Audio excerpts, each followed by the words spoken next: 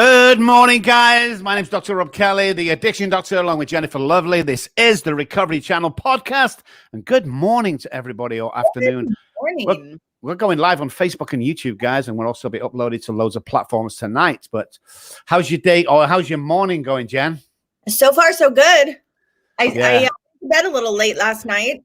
So I'm not a late night kind of girl. I'm an early to bed kind of girl. So last night I got stuck on a TikTok reel where I couldn't stop watching TikTok. I hate that flipping thing. I'm on it every day. I do my own things. It's like, I'm sure a 59-year-old man doing a TikTok dance looks absolutely horrendous. But hey, you only live once, don't you? Right. That's what they say. YOLO.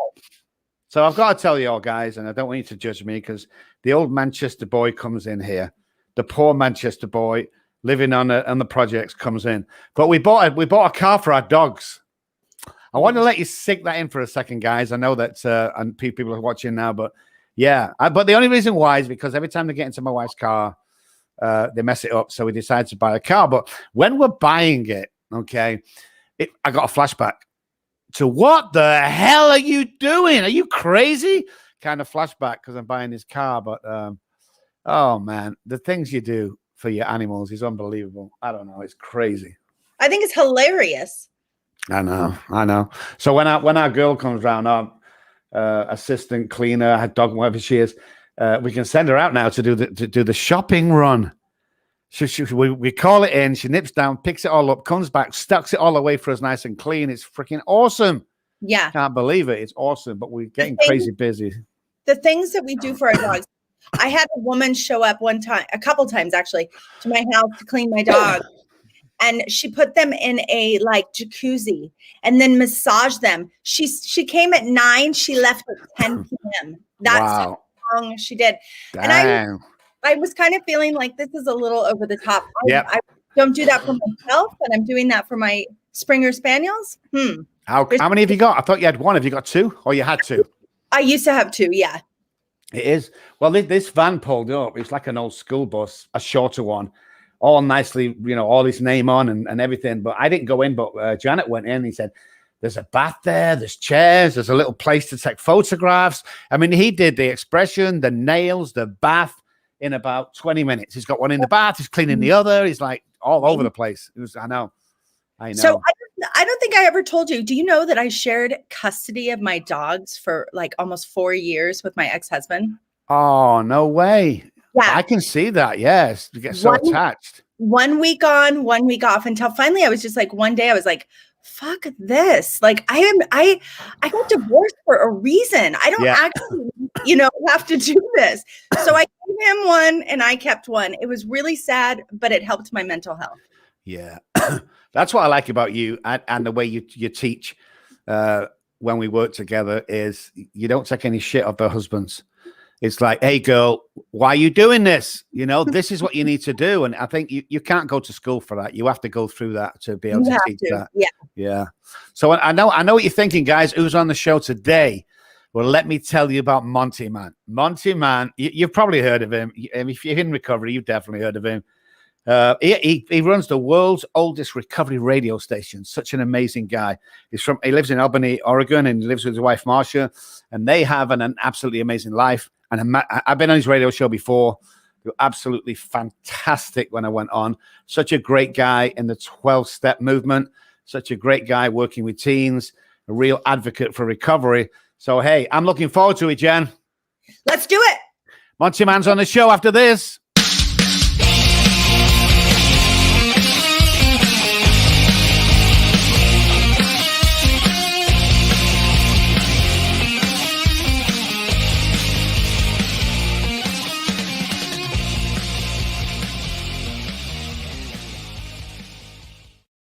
Hey guys, welcome back. This is the Recovery Channel podcast. My name is Dr. Rob Kelly, the Addiction Doctor, along with my co-host Jennifer Lovely, and we have Monty Man on the show at last.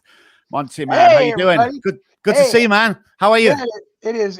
It's exciting to be here on your show. I'm pumped, brother. It's awesome, and it's so nice meeting you, Monty Man. Yeah, you too, Jen. You guys. I was listening to your last show. You guys just really, guys work together well, really I've well. heard that. So even from my wife, it's like, like that you get sort of tired and you're like, oh, I don't want to do this anymore. And my wife pops in, you'll find nobody like Jennifer. You and Jennifer work together. And I've heard that so many times off people. It's like, why aren't you on Sirius? Why haven't you got a radio show? And we go, it's coming. You and Jennifer, we just have that gel. And we've only met each other once. And that was only about 2 months ago, Monty, because we were, really? we never knew each other until about a year, Jen, or not even that much. What do you reckon? Yeah. Right. Yeah. It was about that much. But it's so funny because I've never chased a man the way I chased Rob platonically, right? Like yeah. She kept popping up, Monty, popping up here, popping up there, and then we spoke, and then all of a sudden, like we're working together, and I often sit down and go, how did that happen?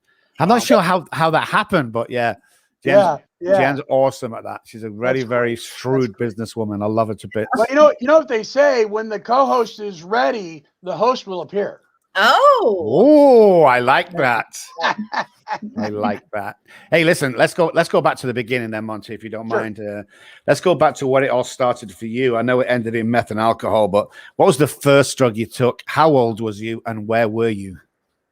Yeah, I was in middle school. We called it junior high school in Petaluma, California, here on the West Coast. And I've been struggling, like got a lot of kids in junior high. You go through this trauma of junior high trauma. I mean, I was a heavy kid. It doesn't matter if you're too tall, too short, too heavy, too skinny. You go through all the stuff you go through.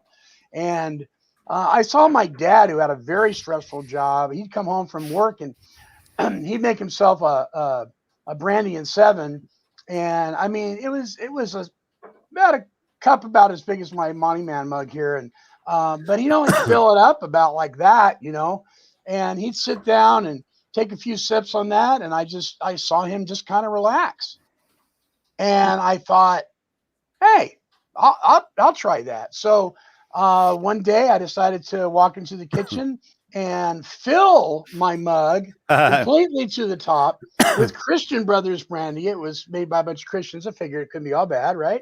Right. Yeah. So I was drinking alcoholically without knowing it from the very beginning. I drank that whole thing down really quick because I knew I was doing something wrong, right? So I had to sneak it. And then you know what I did? I did it again. I poured another one. And I stood on the other side of the living room from my parents in my tidy whities talking about the philosophies of man for probably a half hour. And then I realized I got to get to the school dance. And of course, there I was 10 foot tall and bulletproof. And I had found my solution, guys. Yeah. I love that story. That is a great story. So, Monty, one thing that you may or may not know about me is my qualifiers are my children. They are recovering meth and heroin addicts and everything addicts, really. And my son they were both super young when they started using, but they would literally, my husband and I were divorced, and at their dad's house, they would call a taxi because their dad would be drinking so much at night. They'd call a taxi. The taxi would pull up in the driveway. They'd sneak out the bedroom window. They'd get in the taxi and they'd take off. And they'd party until 3 o'clock in the morning, and then they'd go to school. Wow. And this was going on for years until finally I sent him to rehab. So I love like how our families create and support the addict and the alcoholic. So talk to me about what that was like as a teenager to be 10 feet tall, strong, and to have everything you want, like on, what do they call that? The liquid courage. Talk to me about where that took you. Well, as far as my parents were concerned, they were in major denial right from the very start. I mean, there was, I remember getting in an automobile accident when I first got my license due to being under the influence of alcohol, and waking up in the hospital. My mother is leaning over the bed going, "Bob," that was my dad's name. "Bob, I think they gave him an alcohol rub down. Do you smell that?" I mean, she figured that it was like a hospital thing, right? Somehow. So they did. I mean, them watching Cops and saying, "Well, at least he's not that bad, Bob," and not realizing, no, they just never got me on camera, that kind of thing. But so in school, my perception changed of reality, right? So a person's perception is their reality, real or imagined. Mine was imagined, but it had changed to where, everybody liked me. Everybody was my friend. And I was somewhat of a graphic artist. So, the football and the jocks, it was back in the, jocks. And then you had the hippies. You had those two movements going on, battling each other. And I was friends with both sides because I could draw and I could stay inebriated. Mm-hmm. But, when push came to shove, where was everybody when it bit me? I think I had one or two really close friends. They didn't even go to my school. But yeah, I mean, it gave me that assurance that everything was okay. Like I said, it was my solution for years. It wasn't a problem. No, definitely not my solution as well for years and years. So you said when he bit you, let's talk about that for a second. When was the time you knew that he was in trouble with his deal? Yeah, it wasn't until I crossed over into, we called it crank back in those days. It was basically pharmaceutical speed. And I was sitting in the living room at my apartment with my best friend. He was my drinking buddy of 25 years. And man, we were, thick as thieves. And this guy came over to the apartment and he brought out the equipment, let's say, for using intravenously. And I turned to my friend Larry and I said, I will never, ever do that. I won't ever do that. And he looked me straight in the eyes, and he says, I remember when you said you'd never smoke a cigarette. And the very next day, that's how I used. Wow. And I knew when I was over at that other guy's house, when it was all going on, even in the midst of it, I knew I was in deep weeds. And yet I had lost the power and choice to make a decision to walk away. That's that's painful. Yeah, very painful. I mean, I'm right in the middle of it. It's like when you lock your keys in the car and you're watching the door shut in slow motion, and you can't get to them fast enough. And it's a done deal. And from that moment on, alcohol became secondary, and the methamphetamine took over. Yeah. And so it was how long was that journey? How long did you stay on that journey? 18 years with a needle in my arm and a bottle in my mouth. Wow. Yeah. Ended up living on the streets of most, a lot of metropolitan cities, San Francisco, Houston, LA. And I romanticized it. I thought it was like, I'd hear that song "Free Fallin'" by Tom Petty.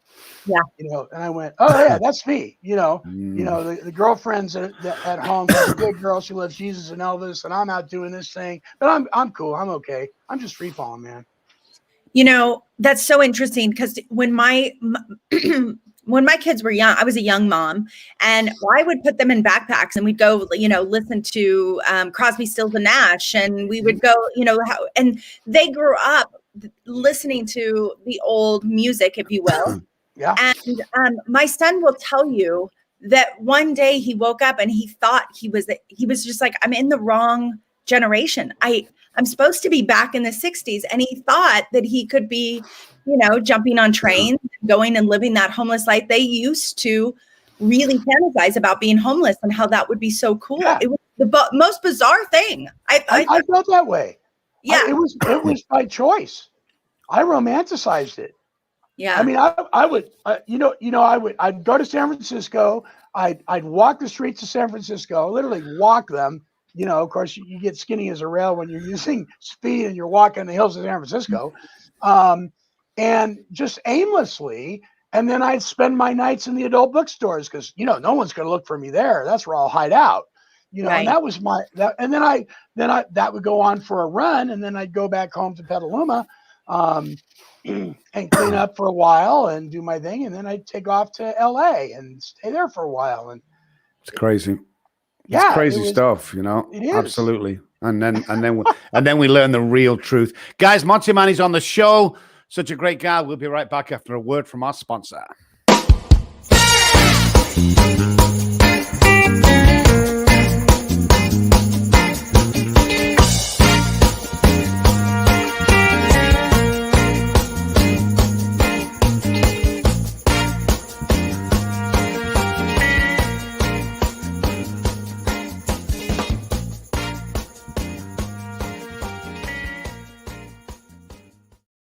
Hey guys, if you're listening on podcast, that was Life Over Addiction.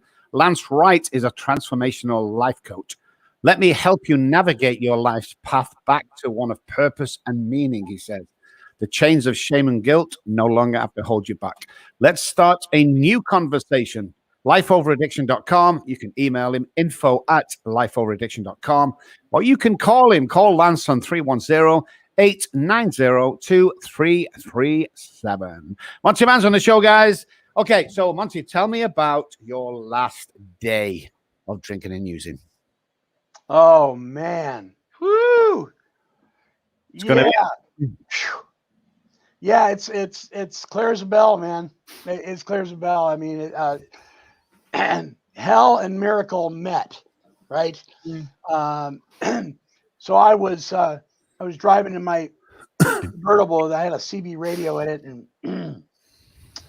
and I'm coming back from the streets of Portland, doing that thing, you know, where I'm going to go hang out in the streets and all that. Coming back from the streets of Portland, I woke up in Oregon out of a blackout, 2-week blackout. And then I never left Oregon, but I woke up, basically came to sort of and realized I'm driving this car. Oh my God. And yeah. And I'm heading back to Albany, and on the CB radio, I'm hearing truckers telling me, "You're in trouble, man. So what we're going to do is we're going to come alongside you and we're going to guide you into Albany. And, you know, just keep driving as straight as you can. And there's all these white cars you see driving around you. They're taking care of you too. They're watching after you, you know." And I'm like, what? Where's this coming from? It was clear as this bell, just like you and me talking right now. got into Albany, got on the CB radio, and talked to a friend of mine who was a major pothead, but he was very anti-meth. Go figure. And he's like, "Oh boy, you're in trouble. Come over to my house." He called up my sponsor. He called up my wife. They were there. My sponsor said, against my sponsor's advice, "I'm taking you to treatment, man." And I mean, it was horrible. I was sitting on this porch of my friend's house, and his kid was collecting spiders in this big jar, and I dropped it. And spiders whenever, and I have arachnophobia big time. I hate those things, and I'm freaking out. You know how we are when we're on that stuff, and yeah, and I've never forgotten it. Well, those truckers and those white cars, I don't think they were really there. I think that was either amphetamine psychosis or maybe divine intervention.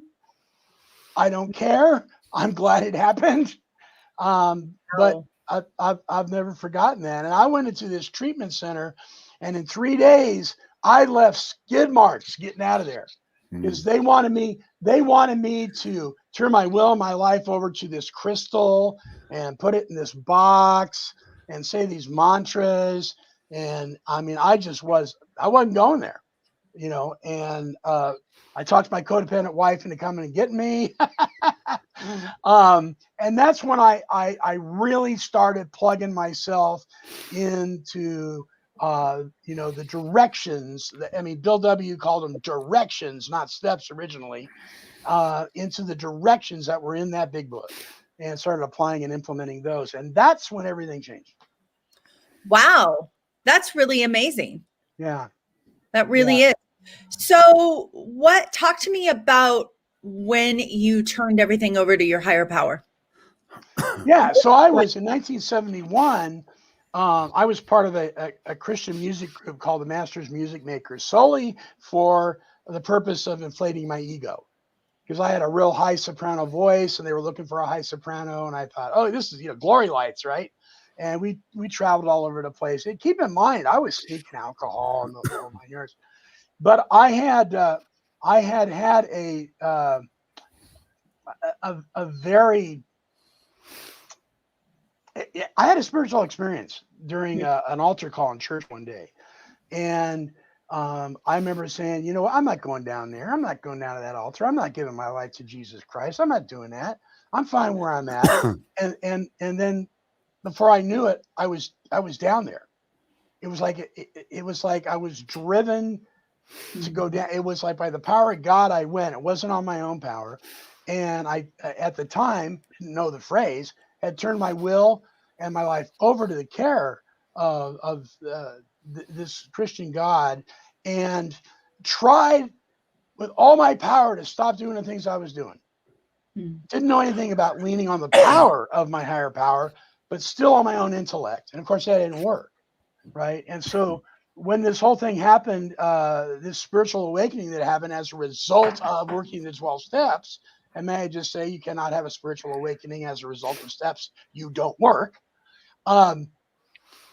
Something happened. It went from almost a religious experience to a relational experience when I turned my will and my life over to, and it was the same God, but now it was his power that was keeping me sober. I was learning to become God dependent and not meeting dependent. God dependent, not sponsor dependent. God dependent, not even step dependent. Because I was so dependent emotionally on the steps, in other words, the directions, on the meetings, on my sponsor, instead of the one everybody was talking to me about. And when I made that shift from emotional dependency to emotional sobriety, that's when my relationship with God grew. That's when I was able to actually start working with other alcoholics. It changed everything about my program. I love that. Absolutely. Yeah. Okay, so give me your best time, and give me your worst time, then your best time so far in life. My worst time and my best time. I think my worst time was when I came home from a run and my beautiful wife had left a videotape for me to watch, because she couldn't get angry in front of me, and she does not get angry. She's just not that woman, right? But she needed to, and she did it on a videotape, and I sat down and I watched that thing, and I saw how I was breaking her heart, and that just tore me up. I think that was one of the worst experiences. That it was horrible. It was horrible. The best time in my life, gosh, I gotta say, it's every day, guys. It's every single day. I have the awesome privilege. I mean, you put a post up on Facebook today, I think it was, about your self-worth, right? I put 10 because my self-worth isn't based in myself. It's based on my relationship with God.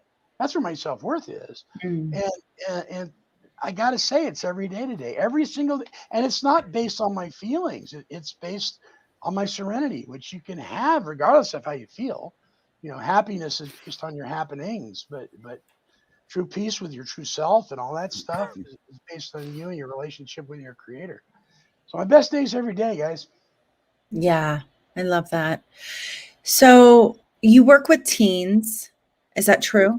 Yeah, actually, Adult and Teen Challenge. I mean, we kept the name Teen Challenge because it's been around for 85 plus years. But the center that I work at is everybody. It's an all men's center, and it's 18 years and older. Okay. But we do have adolescent centers. Oh, yeah. So I'm incredibly passionate, but it's always like the wound is where our work is, right? The wound is where our gift is, really. And so I'm passionate about working with young people because my kids were so young getting sober. They were, 16 rehabs and all and the whole jail and the whole gamut. So talk to me about what you notice about young people and using. Is it really lack of coping skills? Is it what? Lack of coping skills? Lack of coping skills? Sometimes. As we know, the the substance is a symptom, right? Mm-hmm. We had this bad fruit on the tree, and in 30, 60, 90-day treatment programs, we're learning how to pick the bad fruit, but we don't know how to chop down the tree yet, and we don't know how to replant it or retill the soil, for that matter. And so we have so many people going in and out of the 30, 60, 90. And what I discovered is we do have a lot of 18-year-olds or people that just turned 18, Mm-hmm.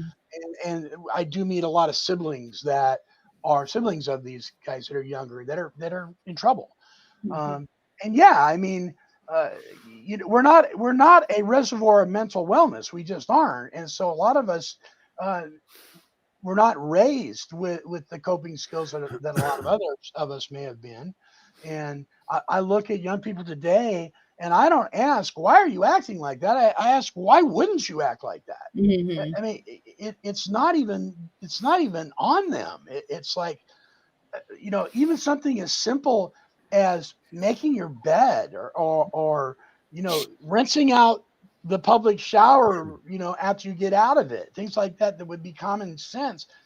It's not common sense because it's not common. Mm-hmm. They don't know. So yeah, a lot of times it is lack of coping skills. However, I will say this: it's amazing how resilient addicts and alcoholics are, how Yep. talented, gifted, loving, compassionate. Mm-hmm.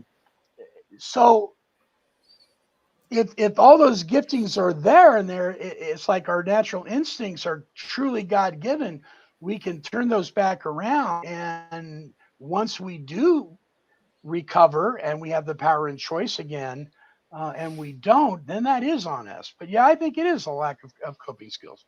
But we got to be careful that we don't use that as a Yeah. blaming mechanism too.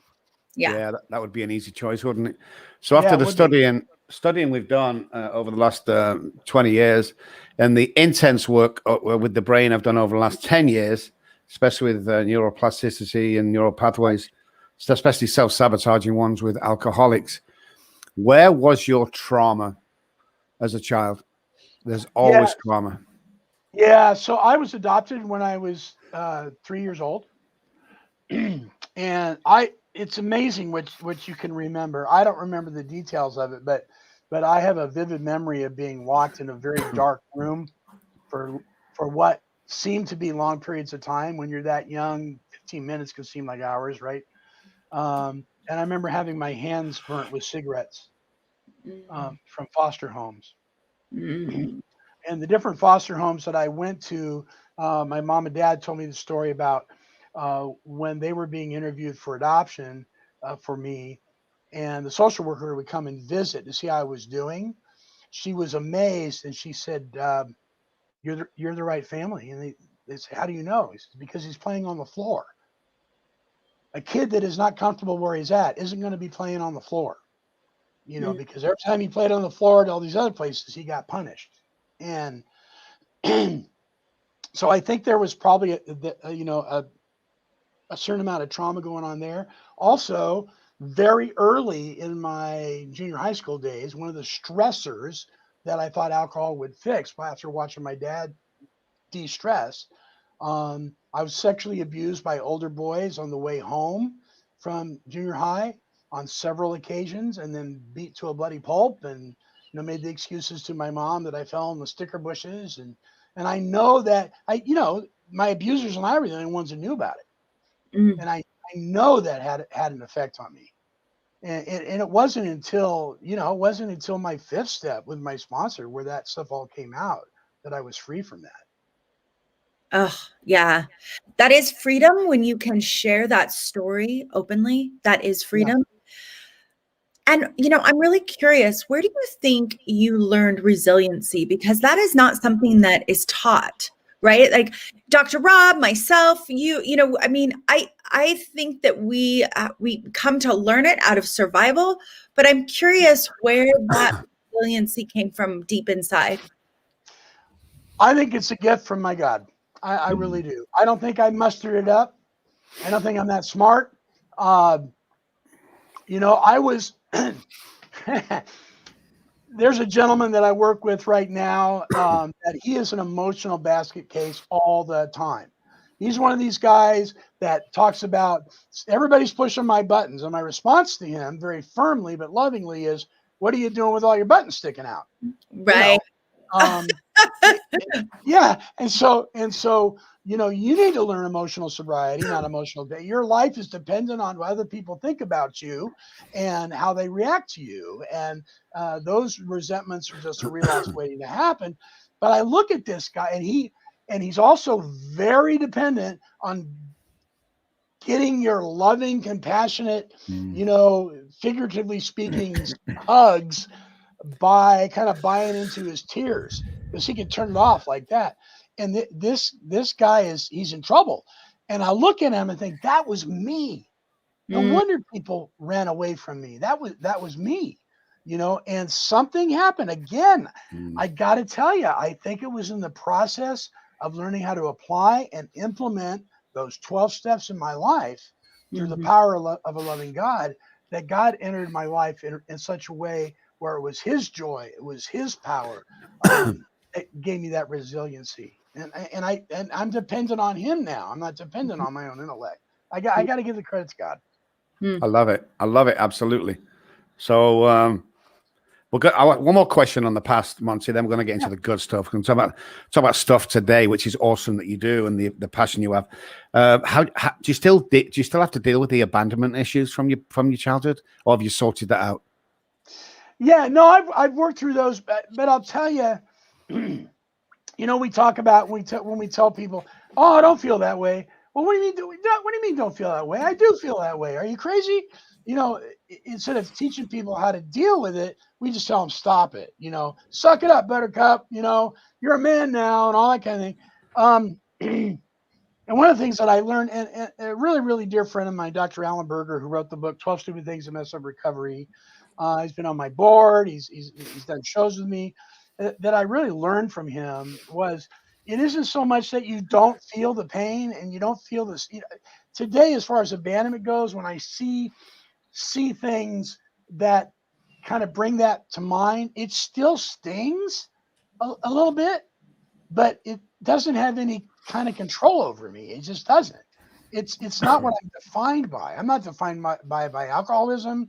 I'm not defined by my past behaviors or foibles or any of that, or the abandonment issues. I'm defined by my relationship with my higher power.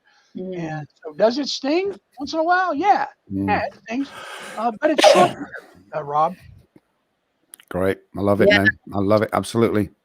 Well, I mean, I think that forever, it's one of those things that until we really do care for our inner child, love our inner child the way that it was supposed to be loved, it's always going to sting. So, talk to me about what you're doing today. What's the gift that you're giving the world today? Well, thank you, and again, guys, thank you for this opportunity. I consider myself a very blessed man. So, a little over 16 years ago, I was in a 12-step fellowship meeting. Actually, it was more of a 12-step complain about your day, drink bad coffee meeting. And I was reading a quote out of that particular fellowship's own literature. Somebody asked me if I wanted to share. I said, sure. It was an open meeting. It was open topic. And I shared on a paragraph that talks about, that tired old lie, once an addict, always an addict, will no longer be tolerated by society or the addict himself. The lie is dead. We do recover. And I said, that's really good news. That leaves me with no excuse. Now, I'm a diabetic, right? But I'm not defined by my diabetes. But I had to take care of myself. So that's really good news for me. And this guy stood up, and I'll never forget it. And he said, you know what, Monty? You got to keep your opinion to yourself and leave us all alone. And if you really want to spout that stuff, now remember, it was the literature of the program. If you really want to spout that stuff, why don't you start yourself your own talk show and leave us all alone? And that's what you did. Yeah, don't do that to an addict. I mean, so I went home that day, and it was wild. I had a message on my answering machine from a gal named I can't remember her name now. Anyway, she was a manager in Nashville of this lady, Mary Lynn B., who was a recovery recording artist, one of the only ones in existence at the time, who had somehow gotten a hold of an email I sent to a sponsee and hated what I said, but she thought it would make good copy. So she told this manager, you need to get a hold of him. He needs to start his own broadcast, and so she got a hold of me somehow. And I'm like, okay, this thing happened at the meeting. This has got to be confirmation, but I don't know how to do this. I have no idea. I mean, people weren't even burning their own CDs back then. Mm. And she put me in touch with a guy from Virginia Beach. He called me up. This is back when I had to code everything on the computer. He taught me how to do that. I had a microphone I bought at Goodwill for like $1.75, and we did a show on a Friday. And it was horrible. I mean, it was god awful. The sound quality, I mean, it was terrible. But we thought it was the Catch Me Out, right? And then I remember how we posted it. I mean, we didn't have social media, but somehow or another it got out there. And boy, did it come out of the woodwork. Oh, you're breaking the traditions, presenting of films and internet, and on and on it went. But I'm just stubborn enough and enough of a troublemaker to turn that around. And I told these naysayers, I go, first of all, everything that I do isn't affiliated with a particular 12-step fellowship. Yeah. I have a life, right? We have a disclaimer at the beginning of our very first show. It says we have no affiliation with any particular 12-step fellowship. And by the way, it's our public relations policy that's based on attraction rather than promotion, not our personal stories. And man, that caused. Well, what happened was it caused such a ruckus. I thought, this is great stuff. This makes some great shows, right? Yeah, definitely. And then it went on from there. But then it turned into people writing in and calling in, and more recovery recording artists. They had no way to get their music out, and so we started doing that. And then and we're not the biggest, brightest, or best. But we were the pioneers of it. And then I've watched over the years just a ton of recovery podcasts develop. You guys, and it's like, wow, God, thank you so much for this platform. Mm-hmm. I love the guys when they come out and they go, you're breaking traditions, you're not following the book. And I'm like, oh, okay, I'm sorry. Have you recovered? Are you a recovered alcoholic? Oh, no, I'm recovering. Well, so are you not following the book? Why are you spouting off at me? Mind your own business. Monty Man's on the show, guys. We'll be right back after a word from our sponsor.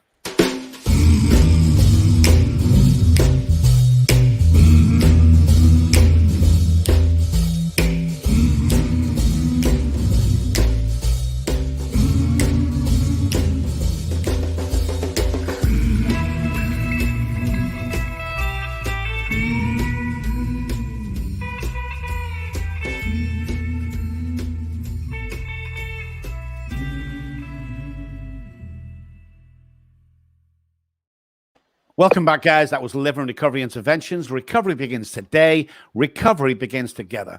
Give the gift of recovery, says Travis. Travis knows what he's talking about. Talking about a Xanax seizure to a car crash at under 20 miles an hour. What a great guy. If a loved one is in trouble or suffering, if you need an intervention, call Travis, 801-573-4188. Or visit the website first to find out more about him, liveandrecoveryinterventions.com. And remember, guys, recovery begins today. Recovery begins together. 801-573-4188. Where does your passion come from, Monty Man? Excuse me? Where does your passion come from for this deal? Because you have it there. It's solid. That's one of the reasons that, well, I want you to know two things.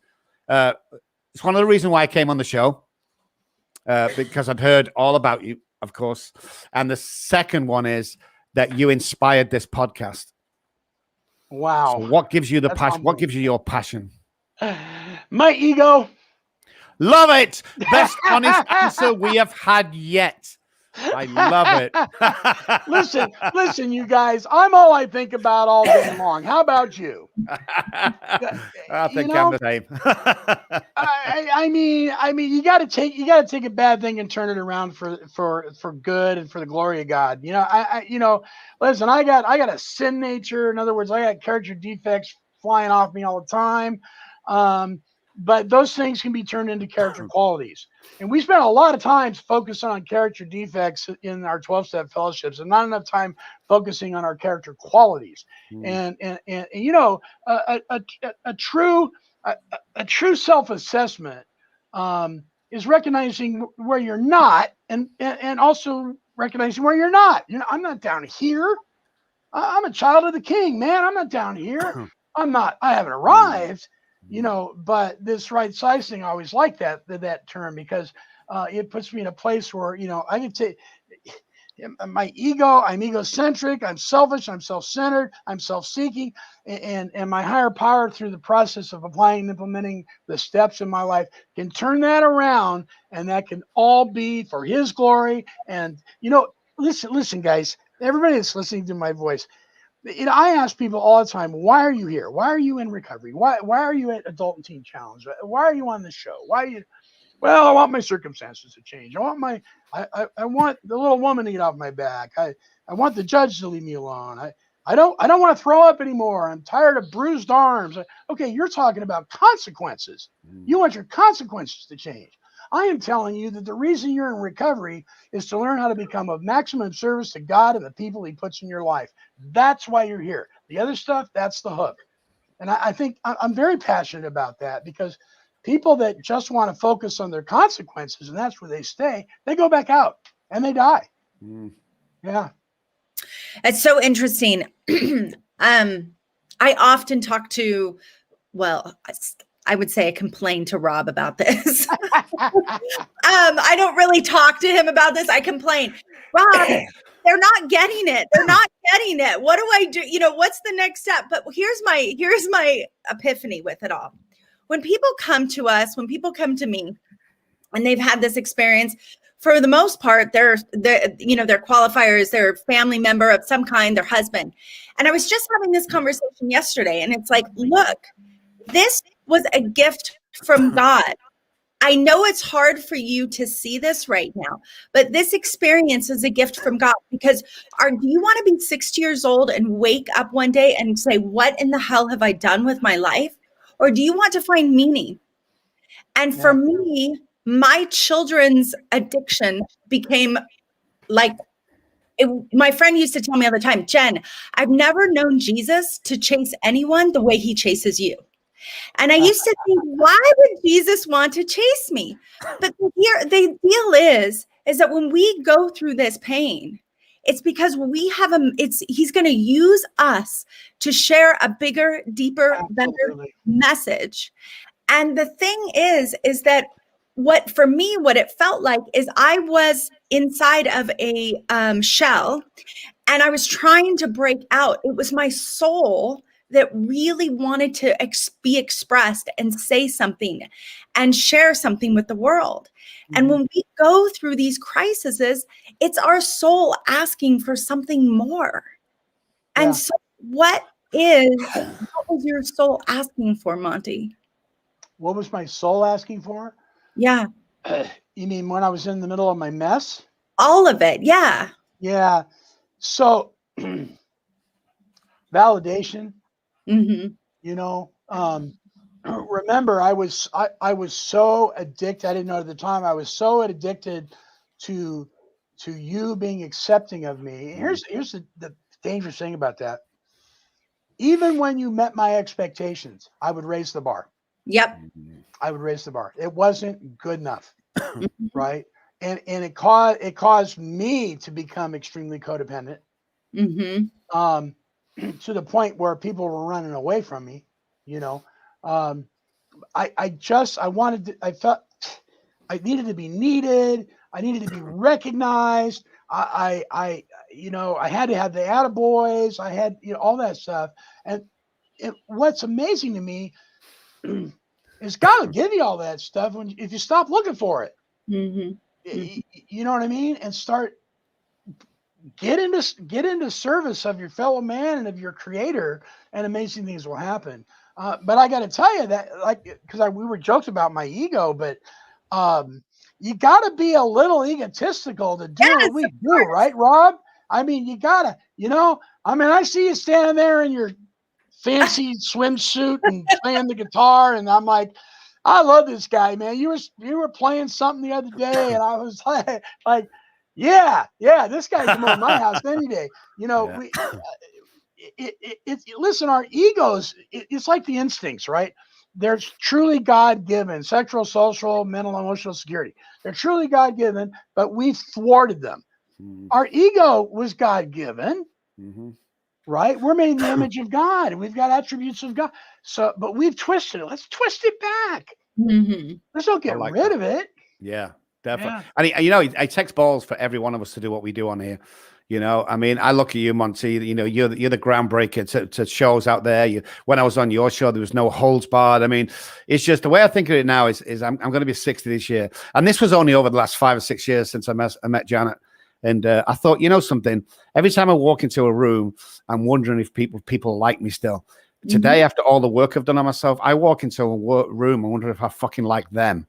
That's the deal. And you can call it ego. You can call it anything you want, because when you stood in the sunlight of the spirit, it's not all about you. It's about, walking in that room, saying what other people are thinking, because I'm famous for that, whether right or wrong, could be the amount of people that's come to us in a meeting and go, hey, do you remember me? And I go, no.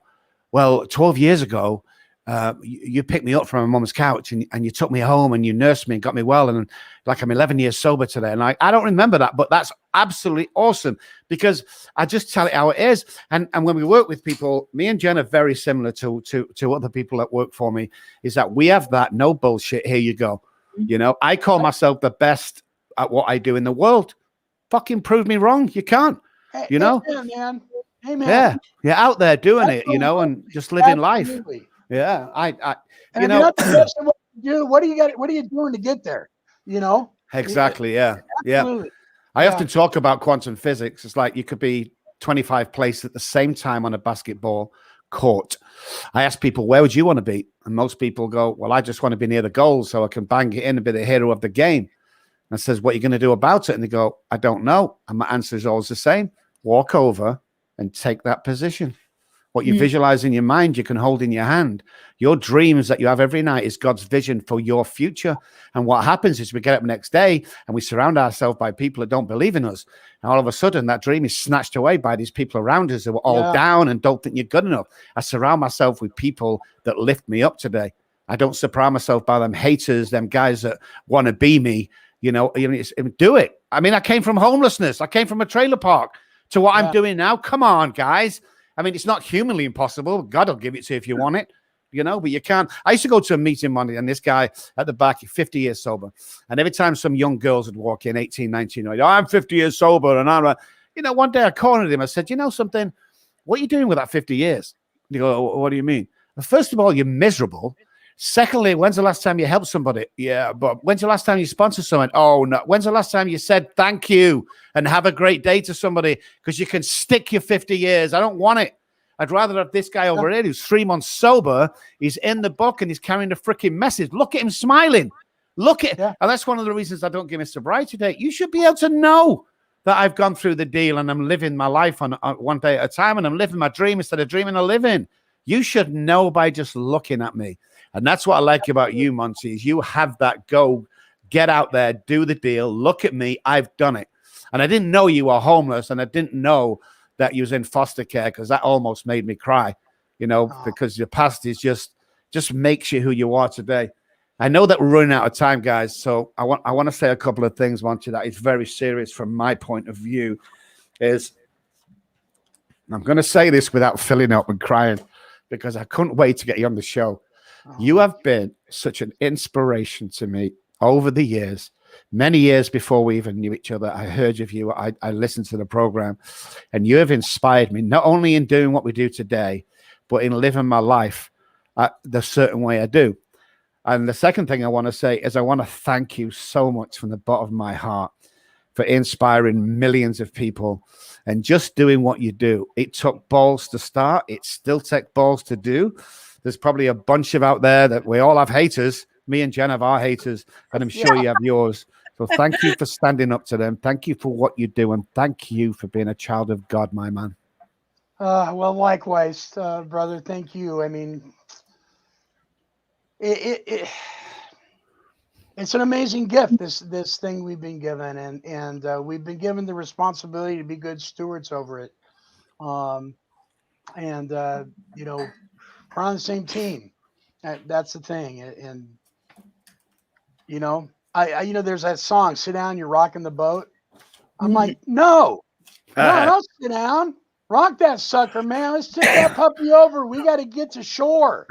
And we're just sitting in this stupid boat, sucking our thumbs, drinking bad coffee. Come on. Yeah. I love it. So, yeah, I love it too, buddy. Thank you so much. Those are very kind words. Yeah, Monty, I love that you say that we must be stewards of the work. That's my thing, is that my gift to give the world is that you, just because your loved one is suffering, you don't have to suffer, and you could still live an amazing life, even if that person chooses to stay in their addiction or whatever their misery is, right? It's like, that's my gift from God. So I really want to just say it's been such a pleasure and so much fun meeting you. I hope we get to meet again. And I'm really curious what you want to leave with our audience. What do you want them to know? What do you want them to have and can hold for themselves as we step away? Yeah. So it comes back to learning to be God dependent, not self-dependent, not ego dependent, not even step dependent. And I see so many people in and out of recovery so dependent on other people's reaction towards them, and it takes them out. And I'm not talking about, I mean, there's worse things than using and drinking. Yeah, there is. And I don't care what you believe in, don't believe in. That's irrelevant. It's not my job to make converts. That's God's job. But man, I wish for every human being to have a relationship with their creator in such a way that they become dependent on him and not on self, because there's no normies. Are you kidding me? Mm-hmm. Everybody's got something, with the tail's wagging the dog. And I don't know. That's the greatest gift I've ever been given, is this free gift of love and grace and mercy from a power greater than myself. I just wish that for everybody. Beautiful. Yeah. Awesome. Listen, me and Jen want to come on your show. We've never been on joint with a show, and we'd love to do it. So I'm going to have my girl reach out to you and get me and Jen on your show, and it's going to be freaking awesome. Yeah. So thank you once again, man. Thank you guys. 12radio.com. It's at the bottom of the screen. Jump and find out more about Monty. He's such a great guy. Listen to the show. It's got some amazing guests. And listen to the show, or listen for the show with me and Jennifer. And that's going to be freaking mind-blowing, guys. It's going to be absolutely awesome. Thank you so much for watching. We're going to say bye to Monty, but we'll be right back after this to close the show.